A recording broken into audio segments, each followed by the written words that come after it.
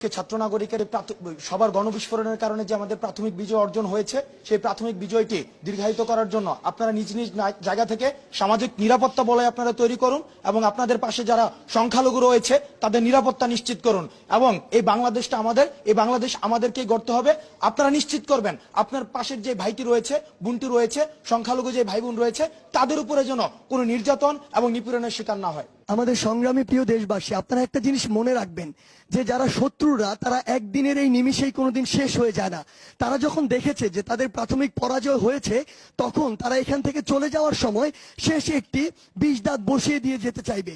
সেটি হতে পারে যে আমাদের আশেপাশের যে সংখ্যালঘু ভাই বোনেরা রয়েছে তাদেরকে আঘাত করার মাধ্যমে, প্রোপাগান্ডা ছড়ানোর মাধ্যমে, গুজব ছড়ানোর মাধ্যমে, কিংবা এটিও হতে পারে যে দেখবেন আমাদের যে সেন্সিটিভ ইস্যুগুলো রয়েছে, আমাদের গণমাধ্যম কর্মী ভাই বোন বৃন্দ, আমাদের অ্যাম্বুলেন্স, আমাদের ফায়ার সার্ভিস, আমাদের শিক্ষা প্রতিষ্ঠান, আমাদের হাসপাতাল, এই জায়গাগুলোতে তারা আঘাত করতে চাইবে, আগুন দিতে চাইবে।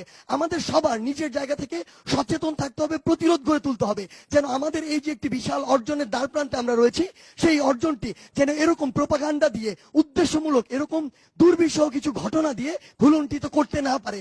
এবং আপনারা আজকে রাজপথে থেকে যেভাবে সবকিছু প্রতিরোধ করেছেন, এই যে অপচেষ্টাগুলো আপনাদেরকে প্রতিরোধ করতে হবে, তাহলেই আমাদের যে আসল উদ্দেশ্য সেদিকে আমরা এগিয়ে যেতে পারবো।